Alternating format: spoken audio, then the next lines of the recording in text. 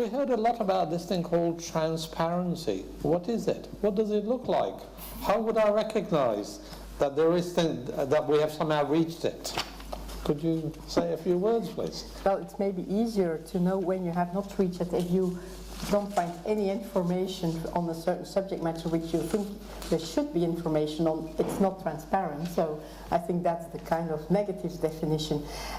As to what it means in a positive way, it actually depends on the subject matter, and I think it's an ever increasing type of, it's like a creep into the subject matters that are considered now to need to be transparent on, or that a company or an auditor or an accountant needs to be transparent on, and ever more about the same subject matter. For instance, if you think about tax transparency, 10 years ago we wouldn't have wondered about tax authorities providing certain information into the public arena that they get from business. Now there is a lot of discussion on the European Union level as to whether that is still acceptable and whether there is not quite some information that tax authorities now get from companies as to whether they should not make this public or not.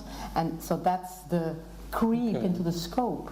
Okay, Adriano, you have any thoughts on this thing called transparency? Because I've been doing accounting work since 1968, showing my age here. And ever since I entered the world of accounting, we were told, oh, we're going to be transparent, and we're still waiting.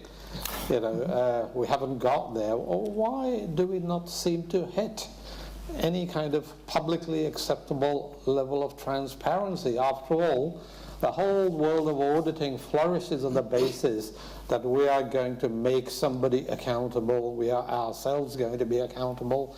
But this thing called transparency is very fashionable, but it's highly elusive. Why? That's a really good question. And I don't know, like from my perspective, I think it is not convenient for most companies to be transparent. Okay. It is really good like for the market as a whole. Okay. And we had like a business case in Brazil that I don't know if you guys are aware of, but Corinthians was the first soccer team to issue like a sustainability report. And they start promoting like initiative of trying like to become transparent and publish like every single statement that they had like on their website. And trying to be like more clear about like the policies. And of course the first thing that happened is that the regulators jumped into their neck. So that didn't really help the case, you know, but we're trying to provide access. I think it is kind of natural for the new generations to try to be included in the business decision. So there might be like a premium for companies that try to adopt like a more transparent policy, but in the case, there's like no additional perceived value, especially for the shareholders, and this does not reflect in cash. That'll be like very little incentives, at least like from our side. What we're seeing is that the corruption scandals are forcing some of the companies in Brazil to be more transparent. But just because the cost of not being transparent is way higher than actually withhold information. So it's self-interest. Okay, how does China tackle this issue of transparency? Well, this is, again, transparency. I think to foreigners, even you'll find this quite mystery in China. And you experience the door is open some hour and close up again. But myself, I running a firm in Hong Kong and being a CEO for the network, I observe, in fact, the regulator in China, they increasing their strength towards the reprimands on firms which doing bad audits, and you will see the frequencies of that kind of news broadcast by the Ministry of Finance or CICPA is increasing. So you will see this on the, first of all, they would let the CPA firms in China learn more to increasing their kind of a standard themselves. And on the other side, they are going to disclose this to the public and let everyone know. So it's greater state intervention. Yes. Okay. I mean, just to sort of broaden the debate, put my cards on the table, I'm currently advisor to the Work and Pensions Committee, and together with BIS, as you know, they've been investigating BHS, and I've been doing a lot of work behind the scene. I have found the accounts of BHS and related companies a model of opacity. They meet all legal standards, all accounting standards, but the interesting bits I want to know are simply not there. For example, the accounting standard FRS 8, if you want to know related party transactions, that is how income and profits are shifted between parents and related parties, there's no disclosure because it's a wholly owned subsidiary. You want to know the cash flow statement, it is not there because there's a parent company. So the accounting standards have imposed a layer of opacity. And I want to know what was the composition of the audit team, how many hours did they spend, what questions did they ask. None of that information is available. So we might seek shelter behind sort of congratulatory terms to ourselves. We are open, transparent, accountable. I didn't find any of that in my investigation. And last week, my report was released on a company called Swiss Rock by the Work and Pensions Committee, which has now gone to the SFO. And there will be another one breaking in the next day or two. And I can't relate to this idea that somehow the world of accounting is making companies accountable. Somehow there is more transparency, because after 48 years of accounting, I can't find this transparency, which I was promised even in my student days. So there is something, I think the danger is we, as it were, when we look within our kind of community, we feel too comfortable that we have all these kind of wonderful things. But when somebody from outside looks at it, it is something entirely different. We also talked about tax and cooperation with the NGOs. Again, I'm a co-founder of Tax Justice Network. We said we wanted country-by-country reporting. The IASB did not want to talk to us. The FRC did not want to talk to us. They just were not interested in talking to anybody from civil society. So we made inroads, made friends with UK senators, advisors to Senator Kerry and many others, made friends with the MEPs, and now everybody knows country-by-country reporting is coming. We have a plan to introduce alternative accounting standards because we feel that they are needed. But no standard setter wants to talk to us. The doors are shut. And we have got to a stage where, as we are saying, we don't actually want to talk to them either, because we can get on quite nicely without them, have got on nicely. So we will be formulating lots of alternative accounting standards. But it is intriguing to me that when it comes to tax matters, there's very little public information. Country-by-country reporting was opposed by the big four firms, by the FRC, the IASB. Everybody opposed it. Now, well, they know the game is up and is kind of adopting this. So my question is, what is the future of a kind of a profession which opposes things which are desperately needed? People here would be familiar with the ICAW history. It opposed the publication of income statement, publication of balance sheet, publication of audit report, revelation of audit fees, non-audit fees. You name it, it's opposed it. That's its history. Yet it has failed in its project. That's why accountants have a good life. So what is your suggestion as to how the profession can flourish given where it is now and the historical baggage it's bringing? I don't see any self-examination of where they are. Any thoughts? Well, that's why I think, for instance, in what I prepared for today, that's why I brought it up, because that's something to work on for the future.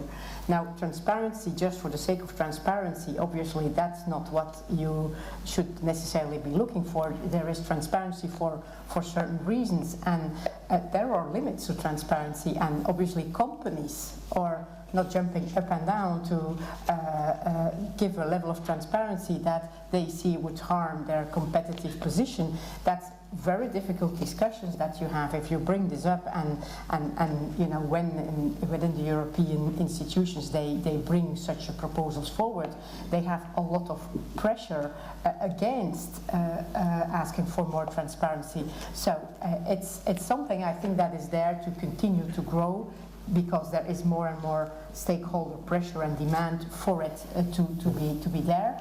But there are limits to it, but those limits are little by little, they are pushed further and further, and you may, I hope for you, see more changes in the future than you have seen in the last, 48 years. Oh, wow. I'm an old man now. So we feel from, and maybe at FEE we are ahead of what the profession will eventually comply with in practice, but we feel there is a change of mind, not necessarily with everybody everywhere in all of the layers of the profession and business and all stakeholders that you would like to, but we feel this is something which is much more thought about, and there is much more openness to actually change it as there was maybe 5 or 10 years ago. Well, BDO is in a wonderful position to set new standards in transparency, which might include telling us how much money it makes from tax avoidance, audit, composition of the audit teams, the time spent,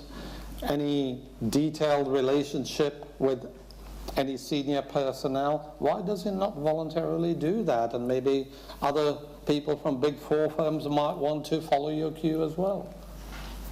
So, first of all, I don't speak on behalf of BDO, like for the Reanda International. We make you the senior partner for a moment, so you can. Okay. No, those initiatives have been in place like for a really long time, and even if you consider like the IFRS standards, it was like a major reunion of several different stakeholders that tried to translate the users of the financial statements in order to try to bring like new standards. So it is like a work in progress still, and we must say that I think the main concern that we have here when it comes like regards to transparency is the right amount of information that you need to disclose. So when you start saying things about like trying to create like new standards and trying to come up with like better ways of using like the financial statements, it comes to questions in regards to comparability. So I think there are some things that you can try to do and some things that you really can't. So, because at the end of the day, you want to make sure that the financial statements are useful. It doesn't matter if they're like fully disclosed, if you can't really like use the information for anything, you don't have like any base of comparison. So, of course, there's like a balance there. We are driving like several initiatives on transparency together with like the other big 5 firms in Brazil. We have like a joint initiative globally from which we have like our own international representatives. We have like those drivers in Brazil. We have been discussing. But we are not the sole players on this, because from our side, of course, it is interesting. The more information that you have that goes public is more information that you have to audit. So basically, we have a bias towards trying to come up with like more transparency, more information, and trying to validate this data. But at the same time, you have like the bank associations, you have like the construction companies, and so on. So for instance, one of the examples about like the standards, in Brazil, we are having like a discussion in regards to the adoption of IFRS 15. And the real estate companies don't want to change like the practice that we adopt like in Brazil, because we can use percentage of completeness. From the use of the financial statements perspective, it's really hard if they do not adopt like the IFRS 15 and try to recognize like on the exchange of the key. So actually at the moment that you transfer like the property, because you have financial statements that look great and the companies are bankrupt. So it is in our best interest, but we're not alone in this game. Okay, thank you. How is China addressing this idea about transparency, disclosure beyond the narrow confines of accounting think? Because the problem is we think in terms of what accounting requires, not what society requires. How is China broadening this game? Yeah, well, China, we have to say China now is 100% compliance with IFRS requirement. But always we can, when you look at China, you can look at Hong Kong. We are somehow, to a certain extent, a very good example for the Chinese accounting society to think about. And in Hong Kong, we recently launched the ESG requirements, is environmental, social governance, and have to be mandatory disclosed in the next year or the list code. And I'm using this as an example, which is very good, but I use this to echo we as we're running an accounting firm, actually we're a business. somehow. And if we ask the LISCO to full disclose, including their formula, how to calculate how to calculate the margin may not be, we have to also be careful. It could be a detriment for the business themselves. So what now the disclosure relate to the corporate governance and the ESG, something like that. If we reflect back to our business, and we are going to disclose how many hours we are using, just like what I'm quoting an example, we disclosing our formula. Okay. Could be a lot of issue we have to think about. Well, thank you. Just invite one or two quick questions. If you tell us who you are, please, so that we can all make new friends here. Henry Hardu, Okay. H&H Associates. Okay. I actually think that the Chinese model is the best, the composite tax system, because then you don't really have to, it sort of puts accountants out of business, but it's the best way of collecting tax and meeting the social responsibility, and not putting accountants, all the responsibility on the accountants to make everything right. And I think also if you educate the public, because the public needs to know how to tell whether something's good or not good, whether the company is performing or not performing. One of the things I think you could add, if you wanted to, and extend the audit and give current data, for example, credit rating data, which in addition to the audit report, that will help people decide what's going on. Okay. Thank you. I'm told lunch awaits us, so just one more comment or question. One more person. One here.